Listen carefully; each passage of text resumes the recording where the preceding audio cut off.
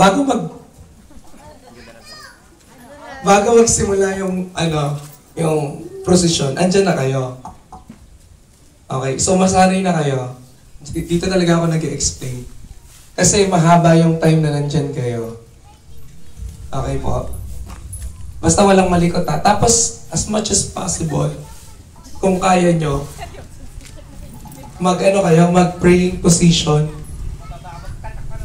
Huwag itapan yung mukha nyo ha. Tapos, maglalagay kami ng baskets dyan sa baba ninyo. Sa harap nyo.